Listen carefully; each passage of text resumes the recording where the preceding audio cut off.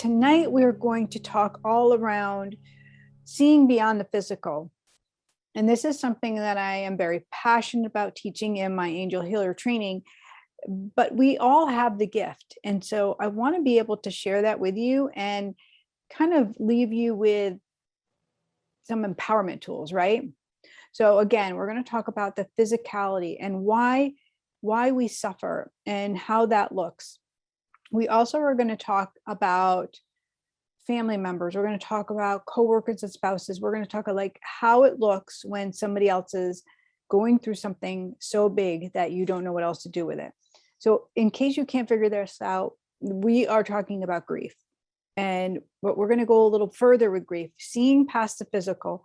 For all of my people that are sensitive and healers that want to help others, this is for you. If you are that person that feels other people's pain and want to help them and lean in and are giving all the time and don't understand like why it's not received well, or you don't want to see somebody suffering, you don't know what else to do about it, this show is for you. So it's ginormous. Okay, we're also going to talk about our senses, seeing inward. So again, we're talking about grief. We're going to talk a little bit about our senses. I'm not going to go too heavy on you guys. Like, I'm not going to give you a tutorial and I want to bore you either.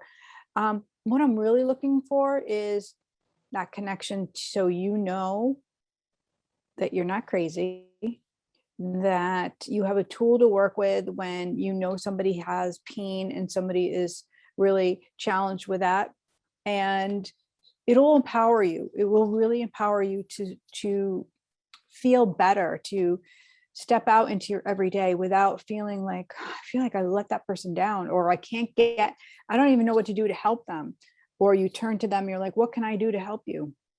We're going to talk a little bit about that. And we're going to talk about how a message comes in and sometimes it's not meant for you to deliver. Anybody have that too? Because these are big topics. So good to see all of you. Let's start going, and I'm going to share. And if you feel like this subject is reaching you, if you have a question, if you just want to have a connection to one of your departed loved ones or your angels, you just want to receive some support, definitely this is the show for you, and I want you to call in. Okay, so let me give you a couple scenarios. I teach best by example. I feel like example is really important, right? How do we help another person? So we get into this situation and we can feel their pain. We can feel their suffering. And not everybody has this experience, but for your sensitive souls, you know what I'm talking about. You get it on the outside of your body, or you get it on the inside of your body. So for instance, I have a dear friend who she's not doing well. She's really having a hard time with adjusting with her treatments, her cancer treatments. And what is it that we want to do? We want to support someone. We don't want to see them go through that. We want to take it from them, right? And here's the big cue in that we can't. It's too much. We can't. It's not our job to take that. And then we feel guilty. Get it? You feel guilty that someone else is suffering around you and there's like nothing you can do. You feel like your hands are tied. You get it? Like, tell me what you feel like when you have this around you. For me, when I know that I can serve someone, I just have to sit with it and I have to ask, is this meant for me to do more than what I'm doing? Is it meant for me to go beyond just picking up the phone and calling or seeing that prayer? I had to learn the hard way. And what I mean by that is, just because you have a gift for healing and channeling love doesn't mean you're meant to support and serve everyone or help other people. It's so incredible, like what we feel like when we are around someone that's suffering and we want to alleviate that. And this goes true for your children. And I can give you this example. Here's my daughter, right? When she calls me back in August last year, and my husband and I were not home. We were traveling. It was our 35th wedding anniversary last August. And as I'm sitting there, we had just had a beautiful dinner, I get the phone call from my daughter. It's late. She's like 9:30. and it's hysteria. And I will never forget what it sounds like. We move into the cycle, like what actually is wrong. When she shared the information about what was happening in her life, and I'm away from her and I can't fix it. So I had to make some plans, and I felt so freaking ass guilty. You get me? Like I felt so dang guilty for being away and not being here when she's an adult. She's got 3 kids of her own, but I, as her mom, felt like I had let her down. And so, of course, when I finally did get home, I thought, well, why didn't I see this? Why didn't I get this information? I did. I went around in a self-loathing and a kind of a depression. I'm not going to lie. I really felt like I could have spared her some pain. But the truth of the matter is that I couldn't do that. It wasn't meant for me to see it. God didn't want me to know all of that in order for them to learn some lessons, to heal their own stuff, and for me to learn too that I'm not the save all. Like they have to grow up and do their thing. But as a parent, nobody wants to have their child suffer. Nobody wants to see their kids come up with something so painful and life altering as a divorce and a cheating spouse. Nobody wants to see that for your children or your grandchildren, right? And so what do you do with that? You have to do a lot of love.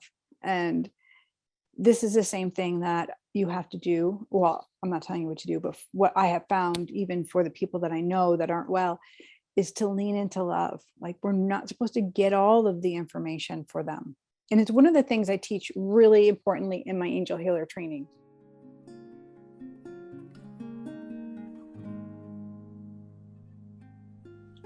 Hi, this is Jeannie. Who am I speaking with?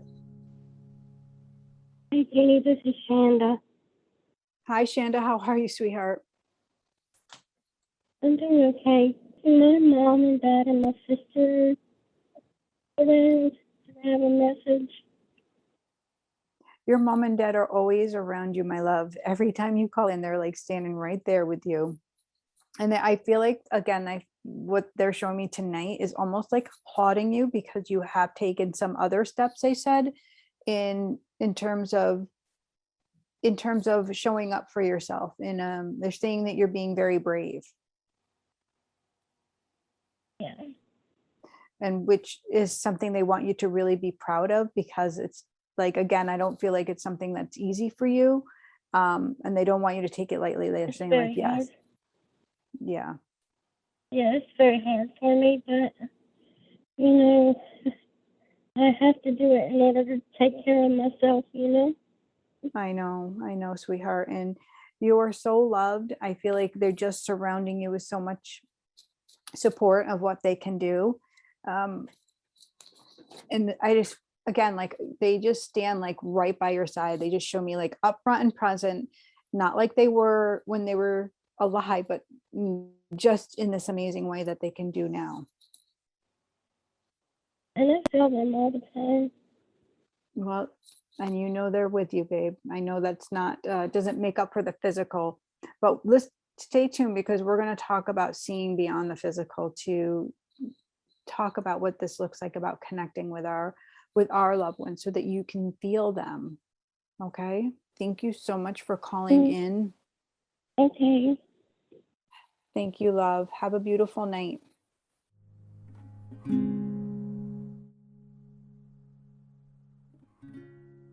Hi, this is Jeannie. Who am I speaking with? Hi, Jeannie. It's Nicole. How are you? Good, Nicole. How are you, sweetheart? I'm okay. Yeah. I was just calling to see if my grandmother is around yet. She passed away 3 weeks ago, 4 weeks now. And she was kind of suffering at the end. And I'm just wondering if she's around jumping or in if she has any messages. like super fast, Nicole, and super loud. And she's like, I'm here. But her voice is really strong and she's very vibrant.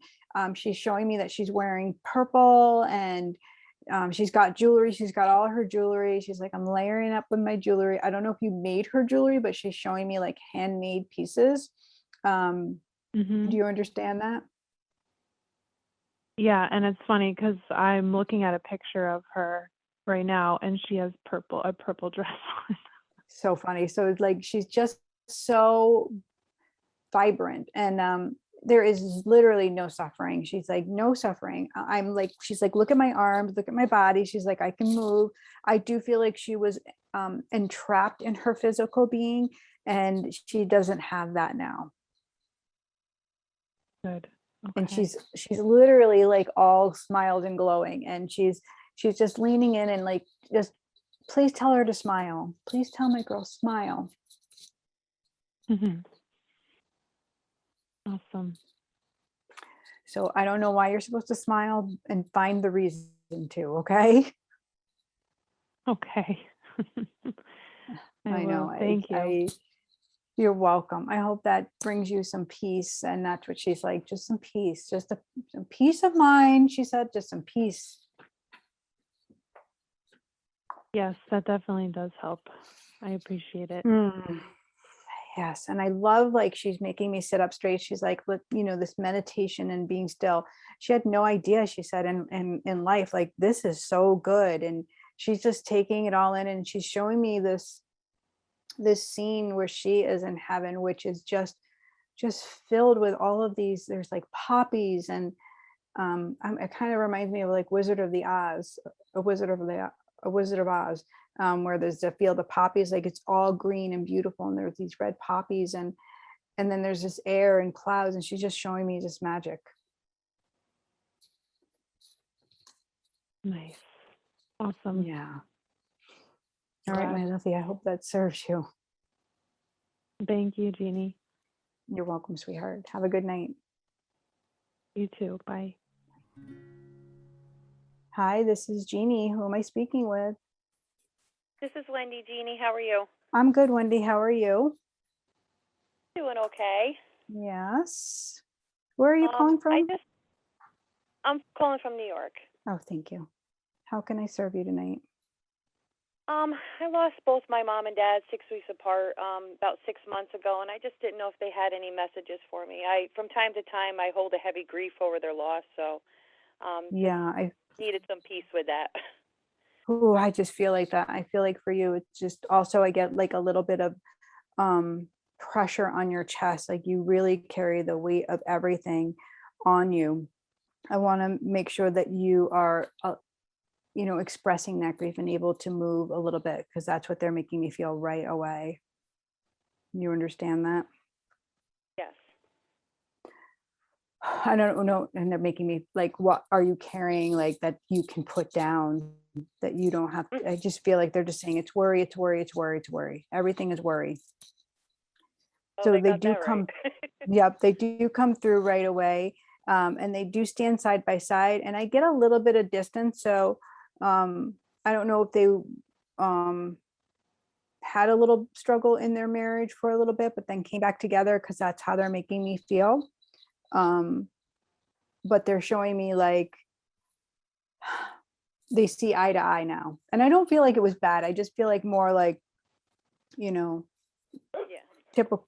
Yeah, that's kind of what they show me, like just typical, like Yeah. not seeing eye to eye, but it's all worked out, and it's all like, your dad is really kind of funny. He's like throwing in some slingers here. He's like, it never even mattered. I had no idea it didn't matter, but it didn't matter.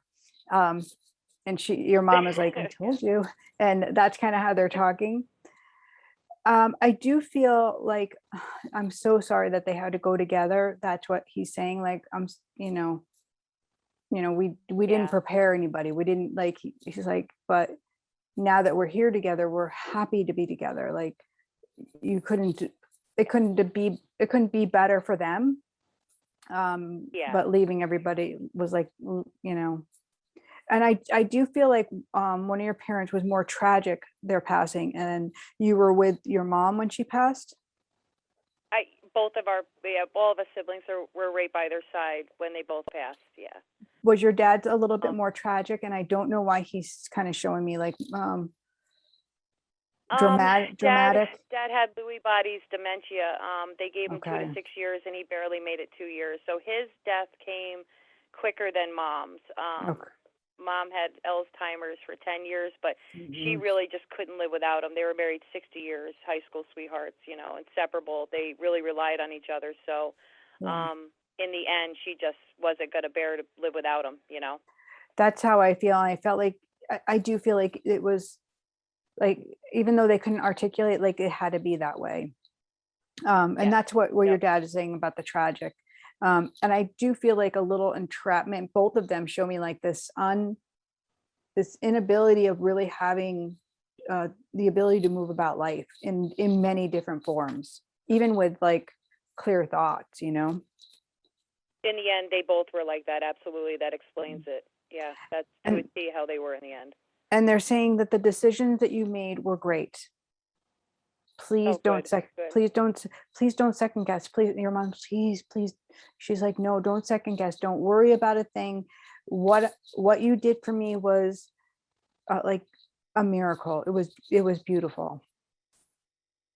Yeah, and they were very thankful. I mean, even when they still could speak right before the end, they were very appreciative. That we all did the best we could in the end, right by their side. Hmm. Is there a Josh? They keep saying like a Josh. Are they joshing like a word, or is there a Josh in the family? There's not a Josh, no. Okay, so that's is like a But I mean, slang. not that there can't be, but Because like, are you joshing me? Like I'm getting a Josh, and I don't oh, norm. Yeah, I don't normally get names, so that's why I'm like, wait, is this a Josh? I second guess myself.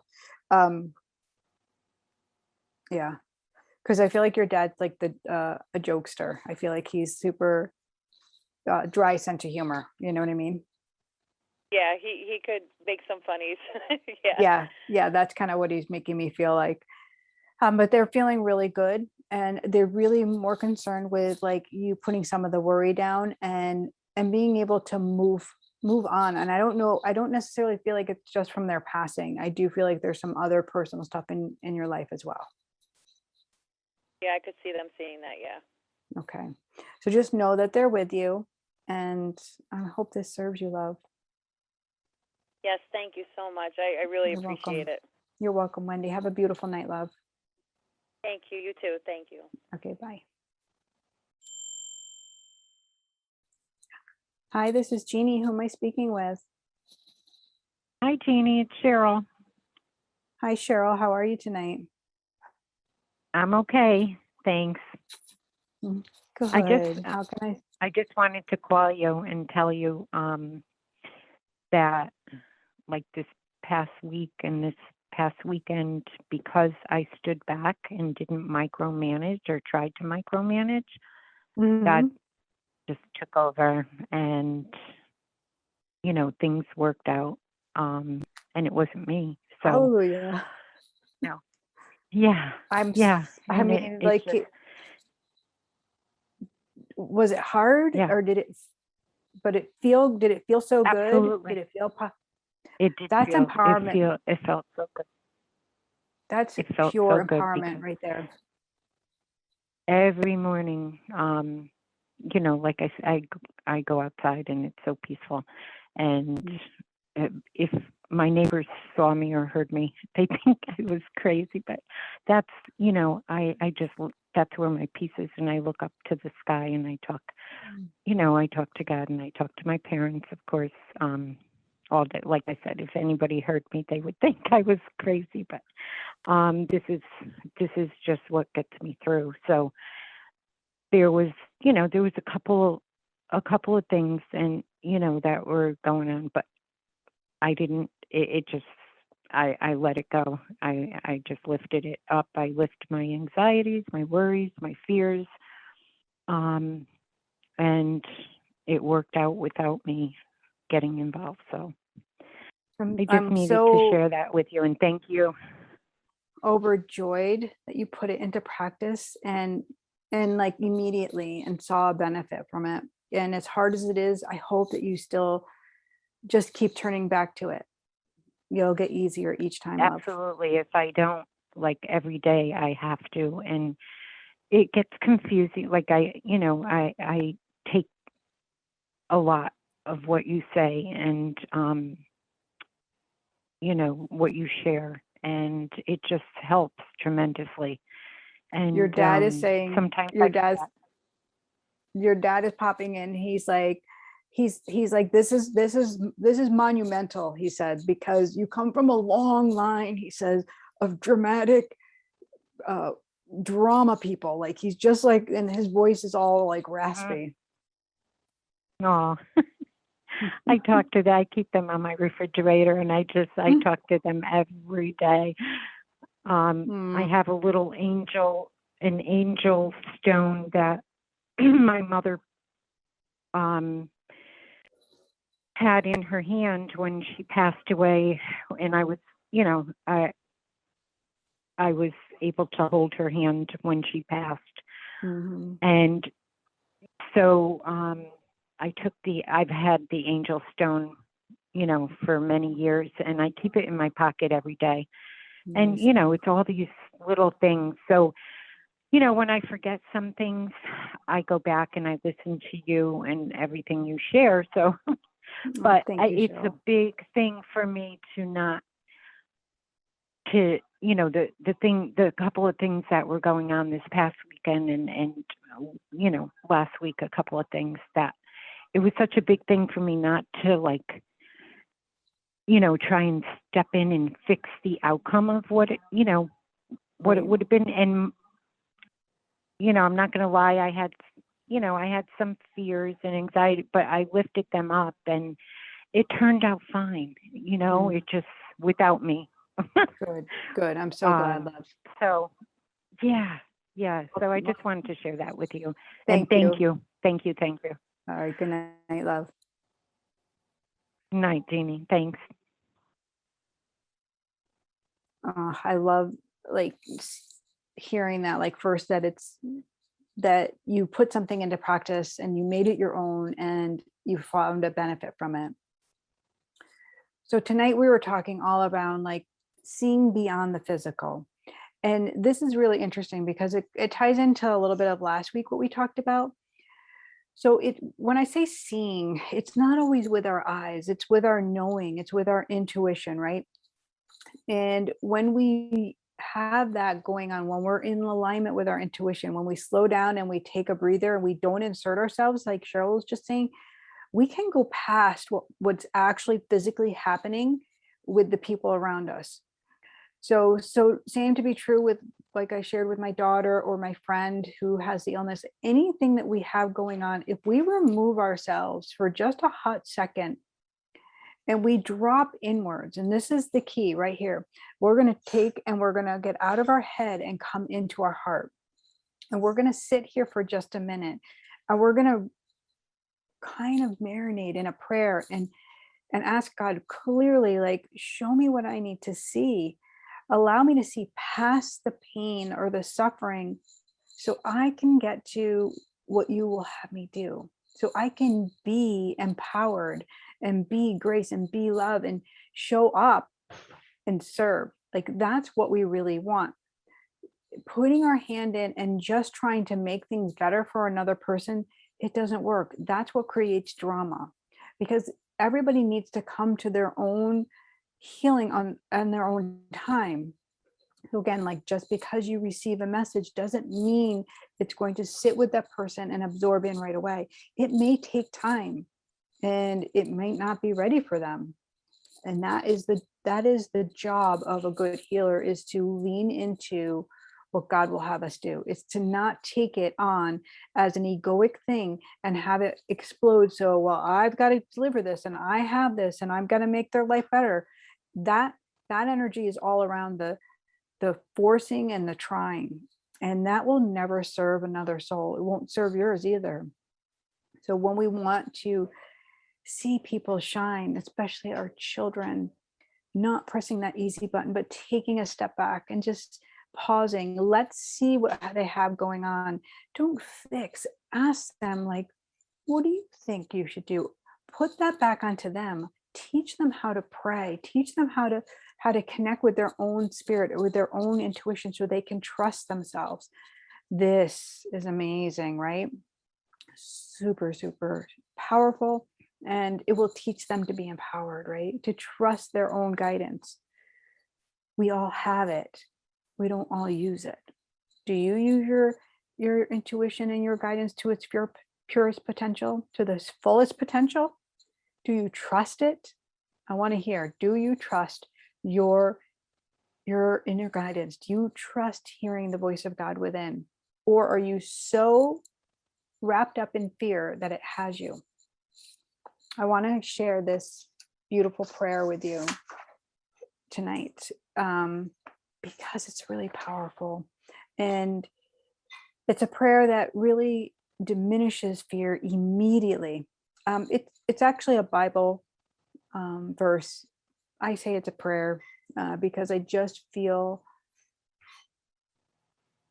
like I'm speaking directly to God. And when something comes into your being and you aren't sure what to do, or when fear is taking you away from your truth and your power, this is the prayer for you. It's Isaiah 41:10 in the Bible, in case you need to look it up. So do not fear, I am with you.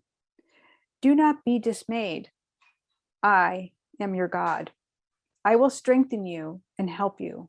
I will uphold you with my righteous right hand. This prayer alone, this passage alone, reminds us that we don't do this on our own. That whatever causes us pain and suffering, don't be dismayed. Don't let that worry you. Wendy, who called in, take those worries, turn them right over. Don't be dismayed. Don't have your energy be sucked away by that fear, right? So seeing inward.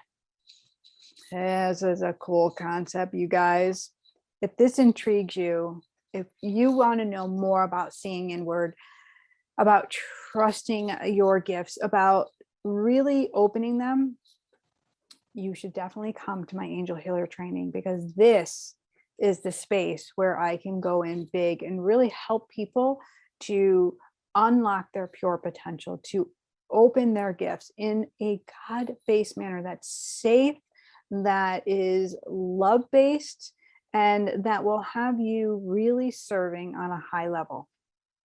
I am going to say this to you guys, because I know how many sensitive people are out there right now and are really being challenged with the energy. And we've talked a lot about this recently, but again, the stakes are very high right now, because all that is based in love is rising, and all that has been based in fear is starting to crumble and diminish. But fear is not going to let go easily. And so when you have a gift and you are having the ability of seeing past the suffering, seeing past the pain, to know what you're supposed to do or where your energy is actually needed, when you're getting that message, when you are feeling guided, fear is going to want to screw you up. It's going to want to trick you into denying, into not understanding, into feeling less than, into having you feel other things instead of empowered, instead of protected in Godlight. So it is the duty and the job for that healer, that energy sensitive person that you guys are, to trust and lean in fully to God's embrace, to lean in with your whole heart and to trust that God has you, right? So turn to that. I find writing these passages in my journal really, really helpful. So again, look up Isaiah 41:10, write it in your journal, have it near your bed, reread it, put it on a sticky note, and just remember it. Pulling it into our heart, pulling into a remembrance will help us to feel really supported. So seeing inward isn't always in the physical world. Seeing beyond the energy. Who understands what I'm talking about that? Listening inward for it to come forward, listening and paying attention to all of our senses, because spirit will help connect the dots when we are receiving a message, when we're receiving guidance as well. The message may not be words. It may be a feeling. It may be a sense. It may be a sound. It may be a song, right? It can be a remembrance. So pay attention. It doesn't have to be actual words. Spirit's not going to call you up and be like, oh my gosh. And then you have to just get the book out and you got to do boom, boom, boom. It's not going to be that easy, guys. We have chosen to come into the physical world to have a very physical experience. That does not mean that we cannot use our gifts that we've been gifted to go beyond and to take in all this love, to absorb as much unconditional love through our senses and through this beautiful connection. Remember to pause when you receive it. Pause and ask, is this meant for that soul? Are they ready for it? Because just because it came to you, it might not be for them yet. They might not be ready. It may be something for you, even if it's somebody's departed loved one, even if it seems like it's for them. If you pause, you will find that answer. The more you communicate with God, your angels, and your guides, the easier it is to understand your yes, share this, or your no, keep this. Remember, here's a big one. We cannot take somebody's pain from them. You cannot take somebody's suffering. It's not your job. As much as you can say over and over, oh, I wish I could take it from you. This is not okay. It diminishes their pain. It diminishes their suffering. It doesn't validate them. We all have a journey to go through. And so we want to empower people. We want to lift them up. The easiest way to do that is to lean in and listen, to sit still and let them share, to not relate yourself or your pain to what they are going through. Rather, let them share, hold them in a sacred space. Take a minute to say something as simple as, I can imagine that must be so difficult. I'm going to hold you in my prayers. Ask them if they need your support or would like your support. Sometimes people are great at saying no, no, no, no, and we might try to overstep that boundary. You put up a boundary, you have it there for a reason. If you say no and people don't bring you that food, I mean, you really want it, well, then maybe you should lower that boundary and say, I really would love some help. But respect people's boundaries is what I'm saying here. Okay. Again, this is their journey, not ours. This is great. I think I covered everything.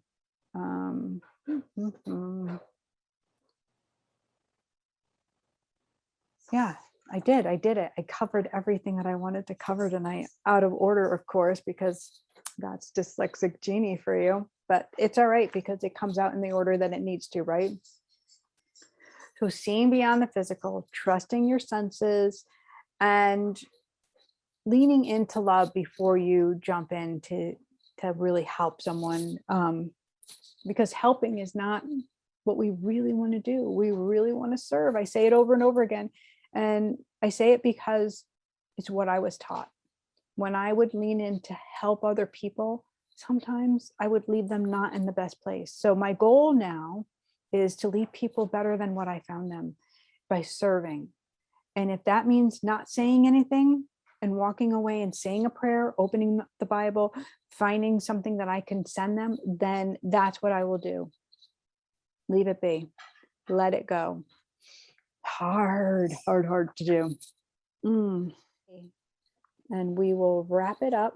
We'll wrap up this session of Angels Don't Lie, which such a beautiful show. It's a beautiful way to commune with spirit, to share God's love with each other, to hold each other in a sacred place, right?